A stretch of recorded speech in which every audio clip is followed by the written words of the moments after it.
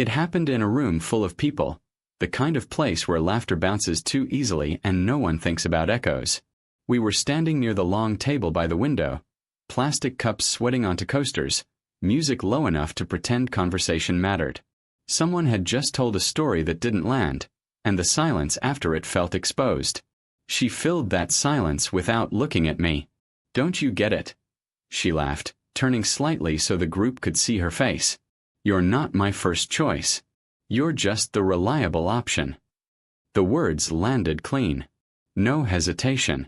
No apology waiting behind them. I remember the smell of spilled beer and citrus cleaner, the way the overhead lights hummed faintly, how my chest tightened and then went still. A couple of people laughed, unsure if they were supposed to.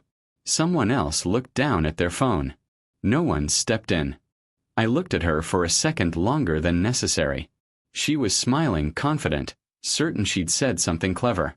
"You're right," I said. My voice didn't shake. That surprised me. I pushed my chair back slowly. The legs scraped against the floor, louder than I expected. I felt every eye follow me as I stood, jacket still warm from where it had been draped over the chair. I didn't argue. I didn't explain. I walked past them, past the doorway where the cold air leaked in, and out into the parking lot without looking back. The night smelled like wet pavement and exhaust. I unlocked my car, got in, and sat there for a moment with my hands on the wheel, breathing evenly. Then I drove away. My name is Michael. I'm 32 years old. I work as a regional service coordinator, which mostly means I keep other people's problems from becoming emergencies. I've built a life on staying composed when things turn awkward, on solving quietly instead of reacting loudly. That habit followed me out of that room and into the dark. At a red light, I caught my reflection in the rearview mirror. Jaw set, eyes steady. I didn't feel victorious. I felt clear. We'd been together nearly 2 years. Long enough that I knew her rhythms.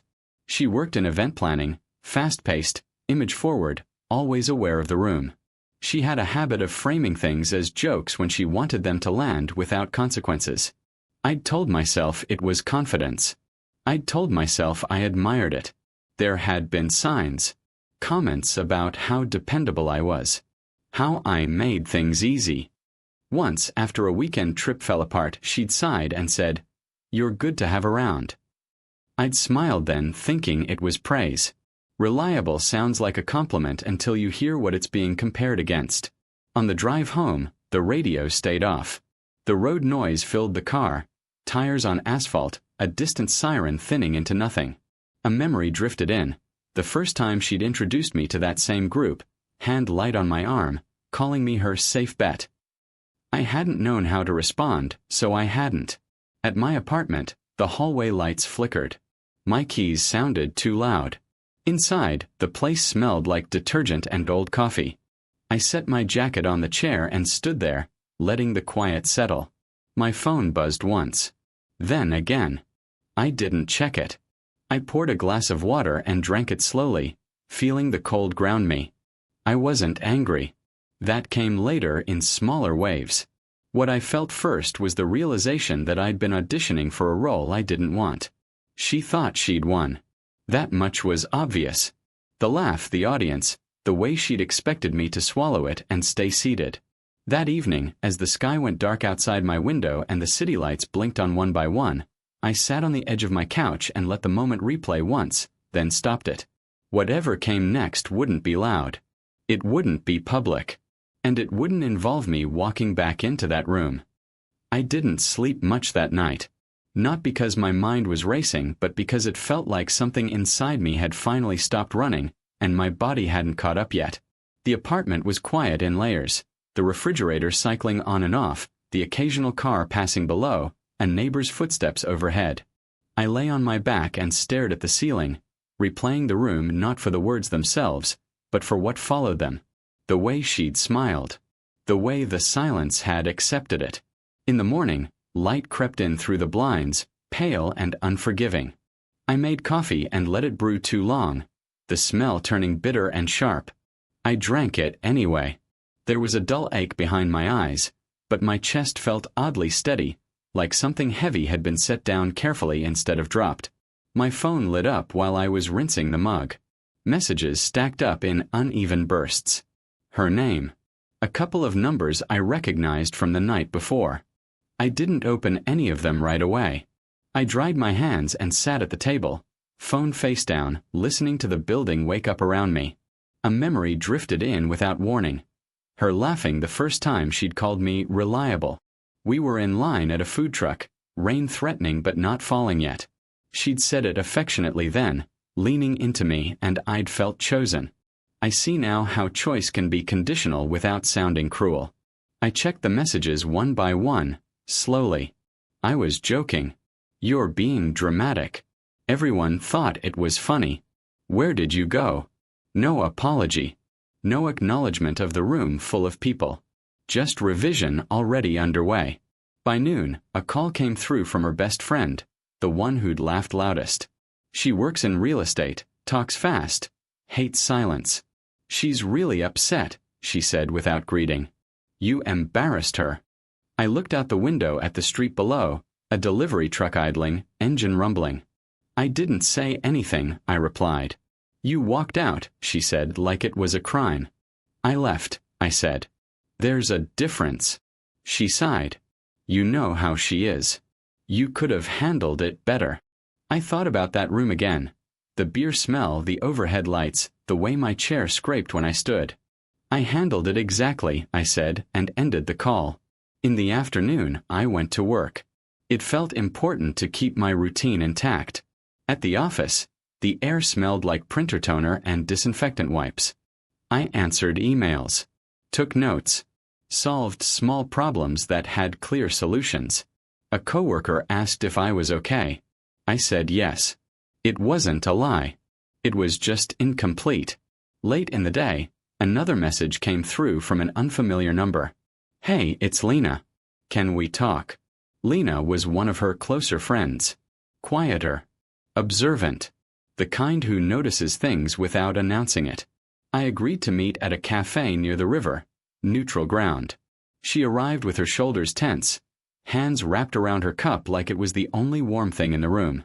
She didn't expect you to leave, she said after a moment. She thought you'd brush it off. That's the problem, I replied. Lena nodded slowly. She keeps saying you took it the wrong way. I took it the only way it could land, I said. She hesitated, then added quietly, She's scared you won't come back.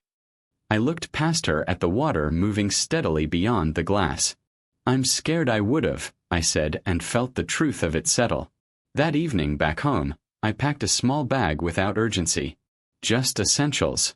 The act felt symbolic without being dramatic. My phone buzzed again. This time it was her. I let it ring. When it stopped, the silence felt earned.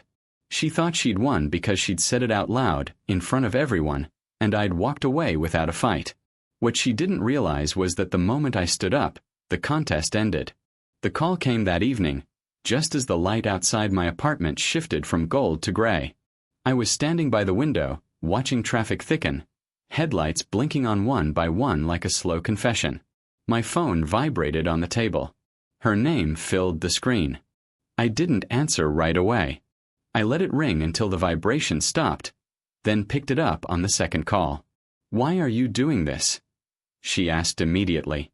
No greeting. No pause. Her voice was tight, controlled, already framing the narrative. Doing what? I said. Acting like I humiliated you, she replied. You know I was joking. I leaned my forehead briefly against the cool glass. The city smelled faintly of rain and hot metal through the cracked window. You were joking, I said. I was listening. She scoffed. You're twisting it. Everyone jokes like that. Not everyone, I said. And not like that. There was movement on her end, keys maybe. Footsteps. You embarrassed me, she said. You made it look like I'd done something wrong. I thought about the room again. About how no one had stopped her.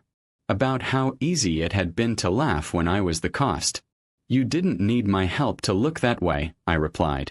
Silence stretched. When she spoke again, her tone softened just enough to sound reasonable. So what now? You're punishing me. I'm setting a boundary, I said. That's not punishment. She laughed, short and incredulous. You're really going to throw everything away because you can't take a joke? I remembered a different night, months earlier, standing in my kitchen while she scrolled her phone and told me I was too steady sometimes. I'd smiled then. Told myself steadiness was good. Told myself not to overthink it. This isn't about one night, I said. It's about what that night confirmed. Her breathing shifted, sharper now. Confirmed what? That I've been useful, I said. Not chosen. The word landed between us. Heavy and exact. You're being dramatic, she said finally. You've always known where you stood. Yes, I replied. I just didn't want to admit it. She went quiet.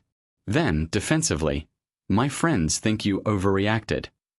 I nodded even though she couldn't see it. I'm sure they do.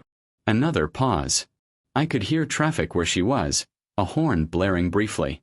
You're really not coming back? She asked. I looked around my apartment. The clean counter, the jacket on the chair, the silence that didn't feel hostile. No, I said. I'm not. She exhaled hard. So you're just going to let people think whatever they want about me? I'm going to let them think whatever they need to, I replied. I'm done managing that. The call ended without resolution, the way conversations do when one person stops negotiating. I set the phone down and felt a familiar ache rise, then pass. Not grief exactly. More like the release that comes after holding something too tightly for too long. Later that night, a message came through from Lena again. Short this time. She didn't expect this. She thought you'd cool off. I typed a response and erased it. Then typed again. I didn't heat up, I finally sent. I woke up. I packed a few more things into the bag. Clothes, my laptop, a book I'd been halfway through. Each item felt lighter than it should have. As I zipped it closed, I noticed my hands weren't shaking. Outside, the air was cool and damp, carrying the smell of leaves and concrete. I loaded the bag into my car and sat behind the wheel without starting it, listening to my own breathing. Somewhere across town, she was probably replaying the night, trying to rewrite it into something safer. She still thought she'd won because I hadn't argued. Because I hadn't stayed. What she didn't understand was that walking away quietly wasn't losing. It was choosing not to keep playing a game where being reliable meant being replaceable. The next morning arrived without ceremony. No dramatic sunrise. Just a thin gray light slipping through the blinds, the city already awake and uninterested in my timeline. I lay still for a while, listening to the radiator click and the muted sound of traffic below. My phone stayed where I'd left it, face down on the table. I didn't reach for it. That felt important. I showered, dressed, made coffee. The smell filled the kitchen, grounding and familiar. I drank it standing up, looking out at the street, watching people hurry past with places to be. Life hadn't paused because I'd finally drawn a line. That was comforting. Messages came later, predictably. Mutual friends checking in with carefully neutral language. Heard things got weird. Hope you're okay. One tried to smooth it over, suggesting misunderstandings, alcohol, context. I read them all and replied only where honesty didn't require effort. Silence, I'd learned, can be accurate without being cruel. By afternoon, she sent one last text. Longer this time. Thoughtful in appearance. She said she hadn't meant to hurt me. That she'd always appreciated how steady I was. That she'd been under pressure. She ended with "I wish you'd talk to me instead of leaving." I set the phone down and let the words sit. Pressure. Appreciation. Wish. None of it changed what had happened in that room. None of it addressed the laugh, the audience, the certainty with which she'd said it. Reliable option. The phrase echoed not with anger anymore, but with clarity. I went for a walk as the day cooled, the air smelling like wet leaves and metal. Streetlights blinked on one by one. I passed a bar with open windows, laughter spilling out, the sound of glasses clinking. For a moment, I imagined myself inside, explaining the story to strangers, watching their faces shift to sympathy. The image felt hollow. I kept walking. At a crosswalk, I thought about how often I'd mistaken endurance for love. How I'd stayed because staying was easier than naming what felt wrong. How calm can turn into camouflage if you're not careful. I hadn't been wrong to be reliable. I'd been wrong to let that be all I was allowed to be. That evening, Lena called. Her voice was softer than before. "She's having a hard time," she said. "I know," I replied. "She keeps saying you blindsided her." I watched my reflection in a darkened storefront as we talked, my face older somehow, steadier. I stood up in front of everyone and told the truth in the only way that made sense to me, I said. "If that's a blindside, it's because she wasn't looking." Lena exhaled. "I just wanted you to know. Some of us saw it. We just didn't say anything." "I figured," I said. And I meant it. Seeing and speaking aren't the same thing. They never have been. After the call, I went home and packed the rest of my things. Not because I was running, but because I was done waiting for permission. Clothes folded. Books stacked. The apartment grew quieter with each box, not emptier, lighter. I left the key on the counter and closed the door behind me without lingering. Later, alone in the place I was staying, I sat on the edge of the bed and let the day settle. The ache was still there, but it had changed shape. Less sharp. More instructive. I realized I wasn't replaying the moment anymore. I wasn't crafting better comebacks or imagining different outcomes. The scene had ended, and I'd exited it cleanly. She thought she'd won because I didn't defend myself. Because I didn't ask to be reevaluated. Because I didn't stay to negotiate my worth. What she never understood was that the calm answer wasn't surrender. It was recognition. I didn't lose a thing.